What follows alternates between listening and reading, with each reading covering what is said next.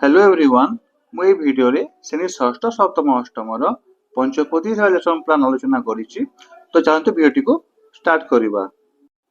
Date 6-8-2024 ଗୁରୁବାର, ଶ୍ରେଣୀ ଷଷ୍ଠ ସପ୍ତମ ଅଷ୍ଟମ, ପ୍ରଥମ ଦ୍ୱିତୀୟ ପିରିୟଡ଼ ସପ୍ତମ ଶ୍ରେଣୀ, ବିଷୟ ବିଜ୍ଞାନ, ପ୍ରସଙ୍ଗ ବିଦ୍ୟୁତ, ଏହାର ପରିପଥ ଓ ଉପାଦାନ। ଶିକ୍ଷଣ ଫଳାଫଳ ବିଦ୍ୟୁତ ବତୀ ବିଷୟରେ ଧାରଣା ପାଇବେ। TLM ରେ LED ବଲ୍ବ, ଅଦିତିରେ ଗୋଟିଏ ଟର୍ଚ୍ଚ ଭିତରେ କଣ କଣ ଥାଏ, ବୋଧରେ ପାଠଟିକୁ ପଢି ସରଳ ଭାଷାରେ ବୁଝାଇବି।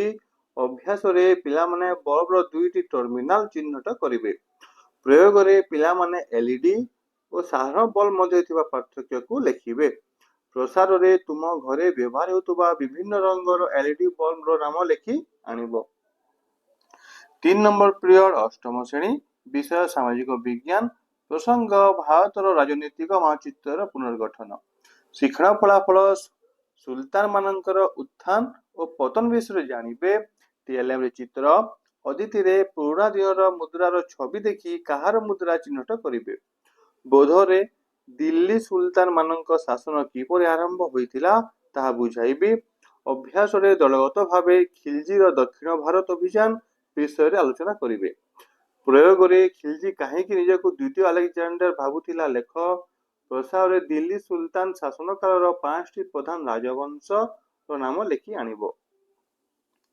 4 ନମ୍ବର ପିରିୟଡ଼ ସପ୍ତମ ଶ୍ରେଣୀ, ବିଷୟ ସାହିତ୍ୟ ସୁମନ, ପ୍ରସଙ୍ଗ ଜାତୀୟ ପକ୍ଷୀ। ଶିକ୍ଷଣ ଫଳାଫଳ ଅଭ୍ୟାସ କାର୍ଯ୍ୟ କରିବେ। ଅଦିତିରେ ଆମ ଜାତୀୟ ପକ୍ଷୀର ନାମ କଣ? ବୋଧରେ ଅଭ୍ୟାସ ପ୍ରଶ୍ନ ଆଲୋଚନା କରିବି। ଅଭ୍ୟାସରେ ପୃଷ୍ଠା 27 ଓ 28 ପ୍ରଶ୍ନର ଉତ୍ତର ଦଳଗତ ଭାବେ ଆଲୋଚନା କରିବେ। ପ୍ରୟୋଗରେ ନିଜ ନିଜ ଖାତାରେ ପ୍ରଶ୍ନର ଉତ୍ତର ଲେଖିବେ। ପ୍ରସାରରେ ଉତ୍ତର ଫର୍ଦ୍ଦ ସଂଶୋଧନ କରିବି। 5 ନମ୍ବର ପିରିୟଡ଼ ଷଷ୍ଠ ଶ୍ରେଣୀ, ସାମାଜିକ ବିଜ୍ଞାନ ହେଉଛି ବିଷୟ, ପ୍ରସଙ୍ଗ ହେଉଛି ମହାସାଗର ଏବଂ ମହାଦେଶ।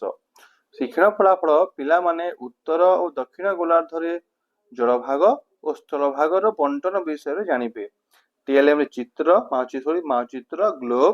ଅଦିତିରେ ପିଲାମାନେ ଗ୍ଲୋବ ମାନଚିତ୍ର ଦେଖି କେଉଁ ଗୋଲାର୍ଦ୍ଧରେ ଅଧିକ ଜଳ ଅଛି କହିବେ।